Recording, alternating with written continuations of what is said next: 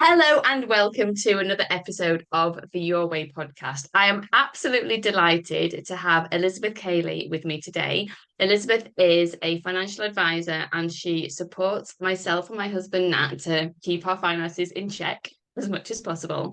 And I've asked Elizabeth to come on because it is Mental Health Awareness Month this month, and also on the last episode of the podcast, and also Find Your Voice this month, it's all money focused. And I thought it would be super helpful to get an actual money expert on to talk about all things money, to kind of fill in the gaps where my talking is more kind of mindset based. So Elizabeth, welcome. Lovely to have you here.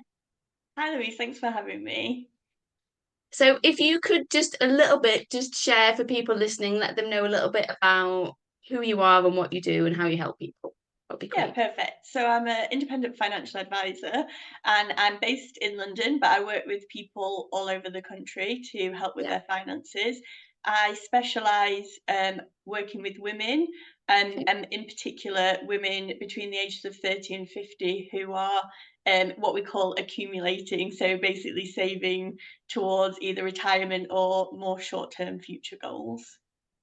Brilliant. Great. And do you find that I'm just going to dive straight in with this one because I think it's so important. Do you find that women need more support financially, as in because they have less of a base knowledge of financial stuff? I know that's a little bit of a generalization, but what's your experience around that?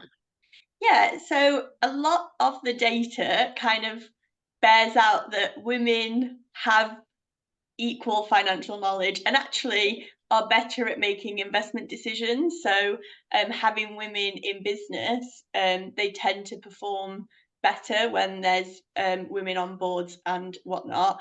However, I will say women tend to have less confidence, even if they have better knowledge. So they'd Mm, probably mark themselves as having less knowledge even than they yeah. do. So I would say when I think about, I mean, most of my clients are women, but I do have some men in the mix as well. So women tend to, in my experience anyway, ask more questions and perhaps Mm, like have a bit more of a cautious approach, yeah. but against like quite a good foundational knowledge. I think they just tend to be a bit more critical that they Mm. should know more. Even though I don't think that's necessarily true. I don't think there's any reason that people have like the level of financial knowledge that they would have working with an expert. Yeah, and I think the women listening to this podcast will be quite used to the concept of them shoulding all over themselves. We're very good Yeah. at I should. And I think that's so interesting because, and I'm going to get the date wrong. And if you know the date, please correct me. And if we don't know the date, we'll just take it as a sweeping generalization. But isn't it something crazy, like as late as the 70s, that a woman could independently hold her own bank account? Yeah, I think that sounds about right. And I know they couldn't apply for mortgages on their own. I know you have international clients, so like Yeah. in America, I think it was kind of around a similar time as well. Yeah, so and I think there's still a lot of that bias in the world of finance, unfortunately, that does tend Yeah. to skew a bit more male and a bit less towards women. Yeah. Yeah, but what I'm really saying is like let's big up the women that they've got. Like it's only what 50 odd years ago then on that basis. Look at the maths, look at the maths. Yeah, and um actually, women hold more wealth, yeah. partly because they tend to live longer, and so they inherit. But yeah, like women do hold more wealth. They're in jobs now, obviously, that are more Mm, senior. Um, they have more access to education. They tend to do better in formal education. mm, So there's lots of change happening that women should be really positive about, for sure. yeah. Amazing. And so I've talked on the last episode of the podcast around some of the money blocks that I've got or common money blocks that people have. Obviously, you're speaking to people day to day around their money stuff. And so, I mean, maybe like two or three, what do you see has been like some of the biggest money blocks that people have or challenges around money? I think people are too critical of knowledge. and they think they should know better, so they can have a bit of decision paralysis. Yeah. I think also people don't talk about finance enough, so there's not good ways to like access other information and resources and understand Yeah. what different people's positions are. And Yeah. then I think also probably like challenges just with accessing the information and knowing where to look. And people have a lot of hang-ups around things like not being good at maths is something that I hear quite a lot. So I think sometimes it's perception rather than actually any real challenges, but those perceptions obviously become challenges in themselves. Yeah, sure. And so when you talk about like they don't know where to access the information, or like they're not sure about their knowledge, just I mean, as a complete novice, and I'm sure there'll be a whole variety of people listening with a whole different kind of knowledge. What's the kind of information that people would want to access? Like what are the sorts of things that people generally might want to be thinking about? Yeah, so it's things like understanding your pay slip is really Yeah. important, understanding your pension, where are your pensions? People tend to move jobs more now than they used to, so it's really easy Yeah. to lose pensions. So there's resources like Gretel in the UK that's quite new, where you can put your information in and hopefully find lost pensions or lost like insurance products and things like that. Yeah. Um, I think it's not always the most accessible, but actually the government website is really good because it gives you all your Yeah. tax information, keeping up to date with your own national insurance information and things like that. Yeah. Speaking with your bank, so they'll be able to help you with things like ISAs and ISA allowances can be a good Yeah. first port of call as well. Yeah. Brilliant. Thank you. And then one of your top three then was about we don't talk about it. Well, we don't sit around the dinner table like, well, how much money have you got? And what have you got it? And where have you investing it? And where are you saving it? And there might be situations where that happens, but broadly speaking, it doesn't happen. And I've even come across more like many times clients who have been in relationships for a very long time, married for years, might have kids, and they still have got no idea about the financial position of their other half. So again, I'd love for you to talk about again your experience of where people find challenges talking about it. And I guess if you've got any insights on why you might think they find it hard. I think particularly when you talk about British people, I think perhaps it's a money taboo. My understanding of my colleagues in America and Australia is that perhaps it's a little bit more spoken about, although I'm sure it's still not as much as it should Yeah. be. I think certainly, yeah, breaking down that communication barrier in relationships is really important. Um, Ultimately, the best way to address finances is head on. And I do think, I mean, it's difficult for me because I think now I do talk to people about their finances all the Yeah, of time. course. Yeah. And I do encourage people to kind of break that down. For example, like as a financial advisor, if I'm working with a couple, particularly who are married, they both need to be in all the meetings. And I think that's really important for just transparency and helping that communication. And maybe having those conversations early on in relationships because there's lots of research that says your attitude to money is basically developed by the age of 7. So you're going to be carrying some, like really great things and maybe some more challenging ideas there. So I think that's where speaking to people and just, hopefully opening up some of those conversations. Obviously, working with a financial advisor can help to have kind of like a neutral third party. Yeah. But there's other solutions as well. Yeah, and I think that whole thing about it getting developed before you're 7, doing work around your money story, which is what I talked about last time, what are the things that you learn from mum, dad, your carers, and all of the rest of it? And one of the things that I see a lot in my clients, and it tends to be the female clients who have been very, like, from a financial perspective, financially successful, like, your kind of traditional metrics of success, that they have taken that path because of a decision they made looking at their parents' dynamic that they didn't want to be the kind of suppressed woman. And so they're like, I'm going to be independent. I'm going to do this on my own. I'm going to get the big job. I'm going to make all of the money, which serves them very well. But then they also cause themselves some challenges because they're not able to ask for support. They become hyper independent and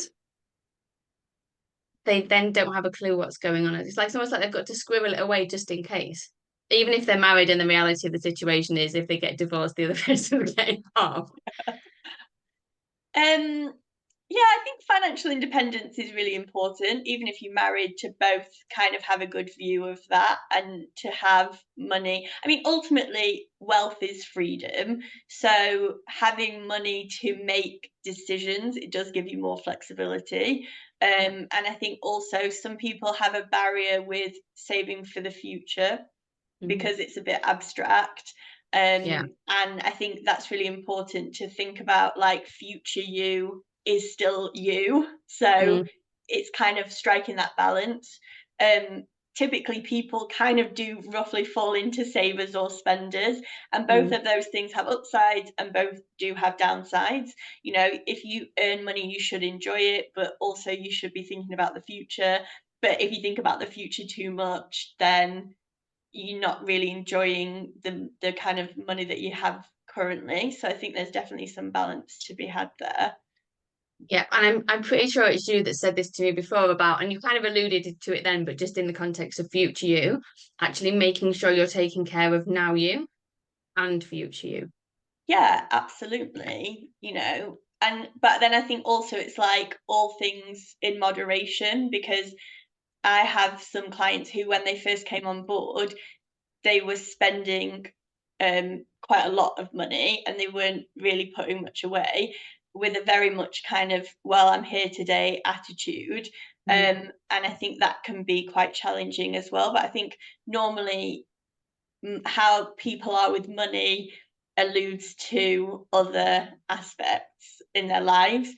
Yeah. So sometimes it's kind of separating that a little bit as well. And certainly most IFAs definitely have a bit of like a coaching element to kind of unpack some of those money attitudes so that you can move forward to make better decisions, because it can be quite debilitating otherwise sometimes Yeah. in Yeah. either extreme. Yeah. And it's interesting as you say that because the Find Your Voice class this month, but also last month was on money. So I teach a masterclass once a month called Find Your Voice. And that is literally one of the like bits in it of like today we're focusing on money, but how we do anything is how we do everything. So see how this applies to other things as well. And you're so right. Yeah. So May, as I said at the start, is Mental Health Awareness Month. And actually, this podcast will go live on the Thursday of Mental Health Awareness Week.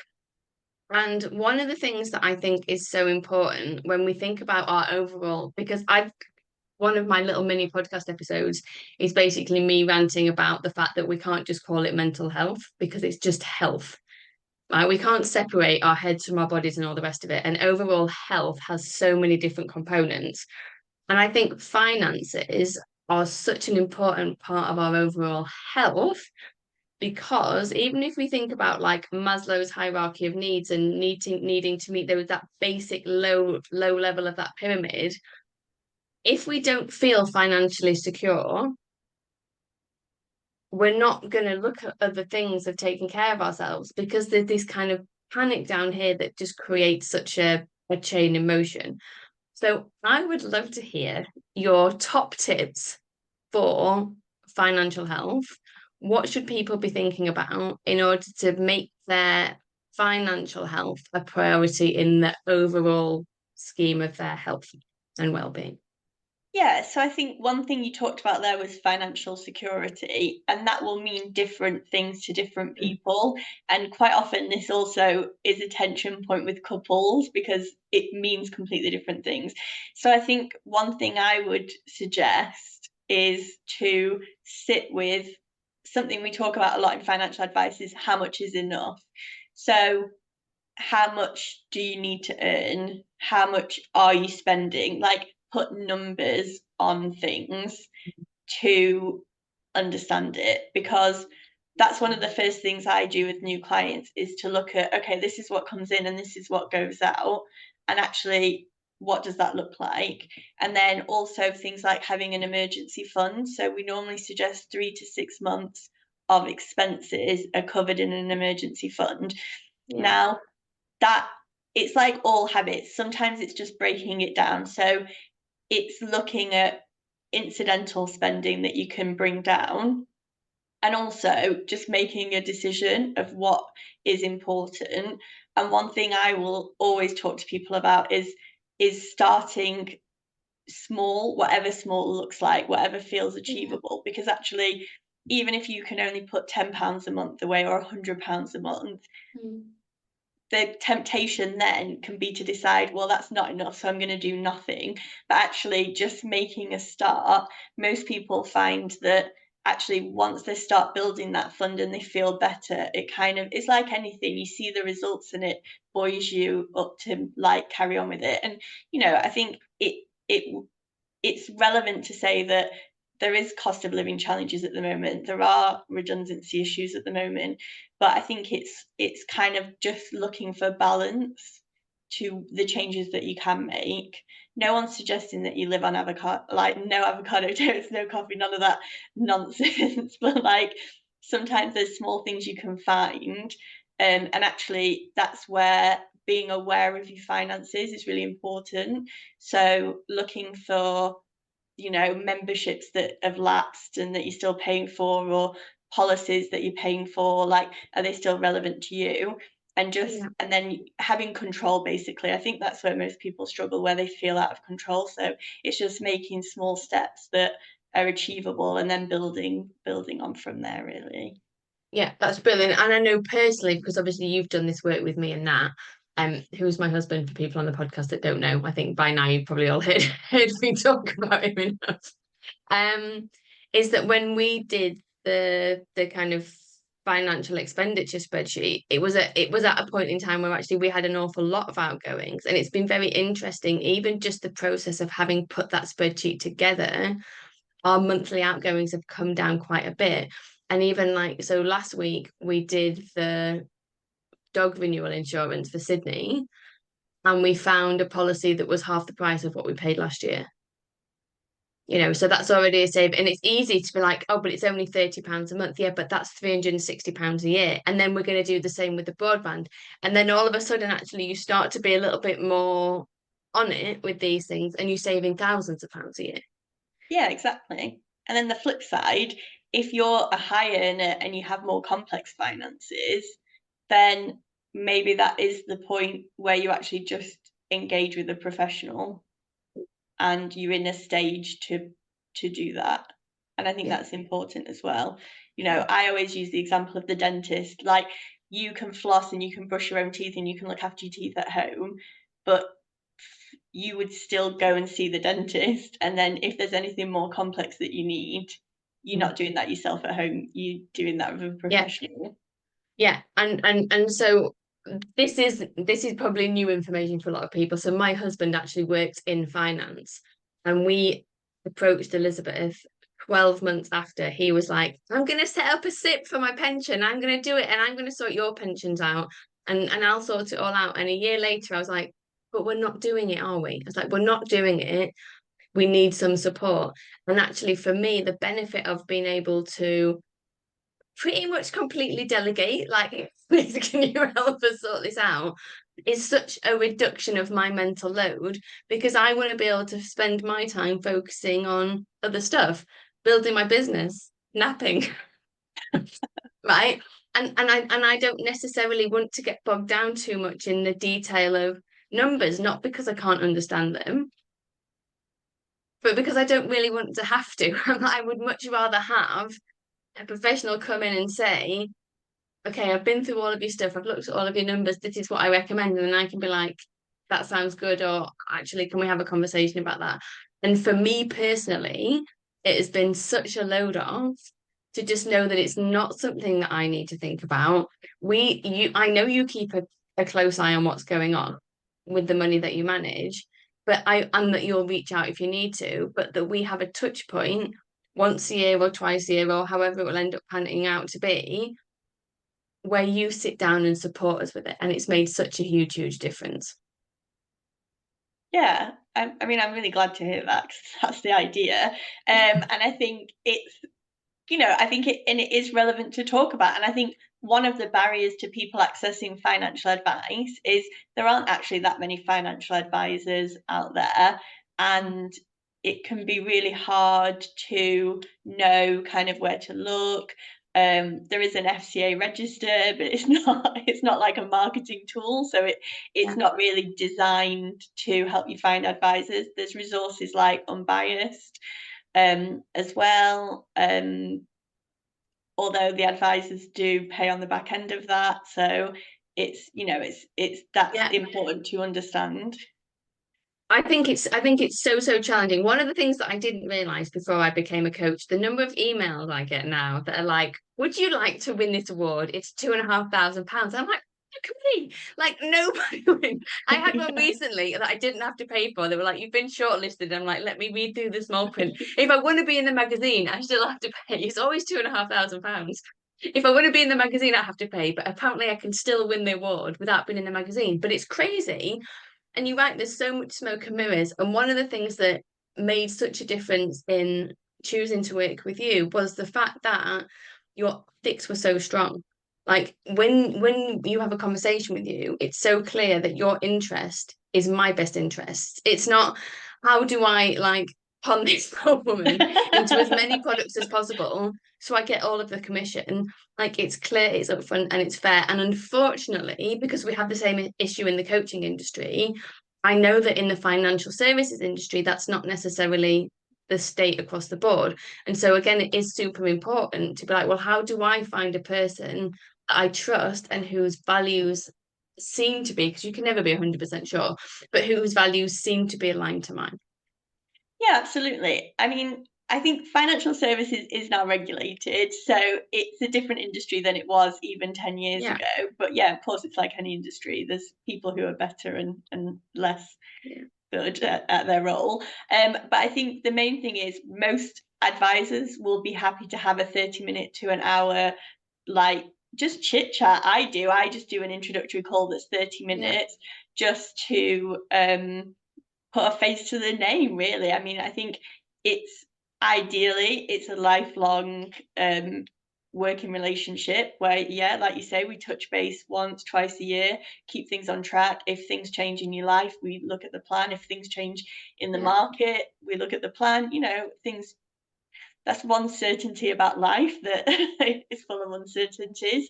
So it's important to have that ongoing relationship. And so you need someone who you kind of gel with or have a bit of synergy, or whatever it is that you look for to be comfortable. And I think that's really important from both sides. I don't have infinite clients that I can work with, so every seat at the table is taken up, that I couldn't have another client with. So that's important for me to consider. And then, yeah, from the client side, that person's going to be looking after your money. They're going to have a really big impact on your life, and you want to feel comfortable in that relationship. Yeah, absolutely. Now, there's something that you said a minute ago that might have freaked out some of the listeners because, hey, control freaks, when you said about one thing that we can be certain of is uncertainty. And I think that's so important for people to hear because so often we're so desperate to try and control every single possible outcome. And where that potentially leads with finances, ask me how I know, is we keep everything in a current account, getting absolutely no interest, which for the last 2 years basically means going down 10% a year because of inflation. Because we're so worried about what will happen. And one of the things, and I appreciate financial disclaimer, investments can go up as well as down. But so I transferred my pensions over for Elizabeth to look after, and then I've been doing pension top-ups, and then we've put a little bit in an ISA as well since we started doing this work last year. And it's just noticing, I think when we spoke in April, I can't remember if it'd gone up by 10% or what it was, and it was like, oh, okay, look, so now I can see because I'm now out of control. Someone else is looking after my money. Bits of it are in the stock market, bits of it are in different funds, and I'm no longer in control of it. And that could feel terrifying. But it's like, actually, I'm going to put my trust in you. I'm going to put my trust in like the platforms and the people. And I can see, but still investments may go up and down. But right now, I can see the benefits that I haven't had for like what, 50, how old am I? Nearly 40. Like quite a long time of working that I haven't done that. Yeah, so I think it is really important to say that when you are, I mean, we're laughing about it, but whenever you deal with anything with an advisor, they'll give you a disclaimer that yes, when you invest, markets can go up and down. So, and also one thing I really try and instill in my clients is that working with an advisor won't necessarily actually give you better investment returns, and that's really important. Yeah. Like, we might encourage you to be invested, but it's way more volatile. And Yeah. part of working with a professional is that we always talk about you can't time the markets, it's about time in the markets. So what can happen with people who aren't comfortable with investing is they might decide to invest in something that might lose the money short term, and then they might sell, and then they might never invest again. So working with an advisor, part of that is there will be times when your money is going down and it's going in the wrong direction. And when we talk about volatility, that's guaranteed that your money will go up and down, because that's what volatility looks like, right? So having someone who says, well, you know, we spoke about this and we knew that this was going to happen, and actually it's okay because we expect this and this is fine, and you just need to stay invested and like probably don't look at it, you know, like Yeah. that's why you only have meetings once or twice a year with your advisor, because that's when you should review your investments. Like, don't look at it all the time, it's not a good habit. And I think that's also why when I first work with clients, it's really important we do a lot of work around appetite for risk and you know how you would feel, because it's great if you go in and then the markets go up 10%, but there's nothing to say that it can't go exactly the, you know, Yeah. where you invest and the next day you down 5%, you know, like there's Yeah. nothing that says that won't happen. So I think that's important to understand, but it shouldn't be a barrier. But it is that caveat of understanding what investing is. Yeah. And there's lots of resources, which I'm sure we can share in some format. Louise will point me in They the can right go in the direction. show notes. They can go in the show notes. Yeah. Yeah. So that is, you know, that's really important to understand.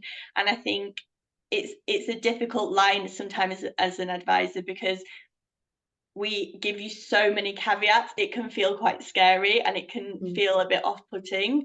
But I think broadly that is part of the process of investing, but over time it can be a good option. And I think you just have to understand what you're doing. Yeah.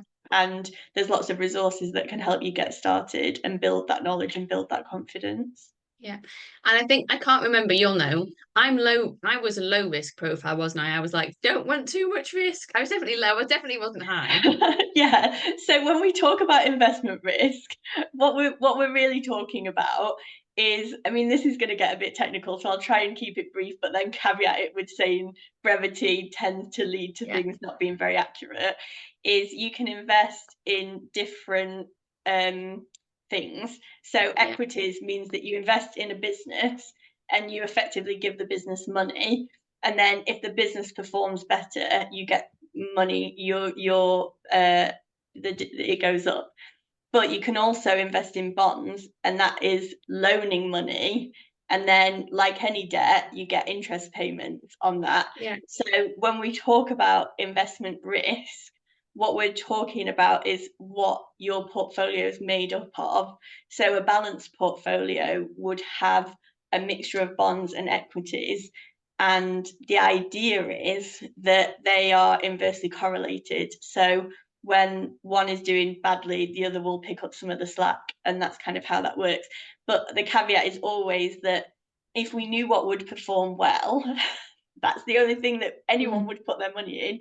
And if we knew what would perform badly, well, it wouldn't exist because no one would go for it. Sure. So there is a level of uncertainty, and that's why when we talk about investment horizons, we talk about a minimum of 5 years, because that will give you time to weather the storms, basically.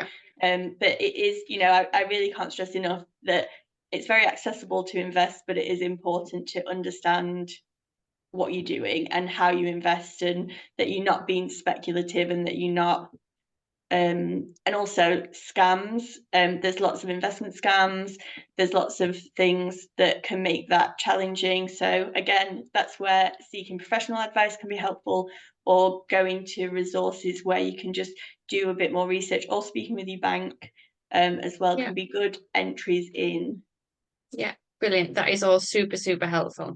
One of the things I just wanted to come back to, mostly because I don't feel like I've sworn enough today, is when you talked about having that reserve, you talked about it, and I guess a lot of the time that's sort of 3 to 6 months of emergency fund, you called it. Now, when I was at work, we used to call it fuck off money, which is like, if I don't want to do this job anymore, then I need to have enough in the bank that I'm secure. But I also think that links to what you said about like being financially independent. This is not an invitation to everyone to go and hide 6 months of money from your partner. I think we do live in more modern times where we are all more financially independent, but we do want to think that that is part of that overall health piece where we give ourselves options. And I think that is an important thing for people to just consider. Do I have options? Because I've worked with people and they're really in a place where they need to not be at work for a little while. But their lifestyle costs them a certain amount each month, and that requires them to be paid. And not all businesses will pay out sick pay for a long period of time. So, as part of managing overall health and life, it's like if I needed, for whatever reason, to have 6 months off, could I do it? And if the answer is no, then it's like, well, how do I move to, like you said with the baby steps, how do I move towards that? Because so many people that I work with, sorry, I'll just and then you say, so many people that I work with are on the point of or at burnout. And that's the time where you need to be taking care of yourself and resting and probably not working. And so having that financial buffer is really important. Yeah, absolutely. I was just going to add in as well that this is where having things like income protection and critical illness cover can also support with that. Is important as well. But obviously some circumstances you can't insure against, like literally you can't buy insurance for them. And I think having having a fund that's easily accessible, not invested. You shouldn't invest your emergency fund. It should be in cash, that is easily accessible, and knowing what that looks like is really important. And I think also like just the way the world is nowadays, redundancies are on the rise, there's less job security and that kind of thing. And also, yeah, you might get to a point where you need a change. And also, I think for me personally, when I was looking at career changing, having savings helped give me just the choice and the flexibility to be self-employed and to have a period of time where I was earning nothing and then significantly less than I had been, because I knew that I could support myself financially during that time. And I think there's a level where that's a luxury, but also actually like it's quite achievable. I think if you want to do something extreme, then 3 to 6 months of expenses probably won't be enough. But I definitely think it's a consideration. Yeah, and it made a huge difference for me. It made a huge difference for me as well, because I knew when I mean, I'm trying to think, my profit in my first year of this business, I think it was something like 2,000, maybe it was £2,000. Like after my expenses and stuff, it might have been less than that. well, you can't live on £2,000 a year, right? So I needed the savings in place, and I had them, and it's interesting because I've had more than one client come to me before and say, like, I've listened to your backstory. I'm the same as you, but without the savings. And it makes a big difference. Yeah. So if people are listening to this and they're like, I'd really like to get more of a handle on my money, but this all feels a little bit overwhelming. Like I think the tips that you gave to break it down earlier would be really super helpful. But if people are feeling a little bit overwhelmed, what's an easy place for them to start? So this is a bit dry, it's a bit boring, but I think that the first place to start is budget. So have a really good look at your expenses in a really neutral way. Like it doesn't matter what you're spending your money on, but what are you spending your money on? What are those numbers? What does it look like?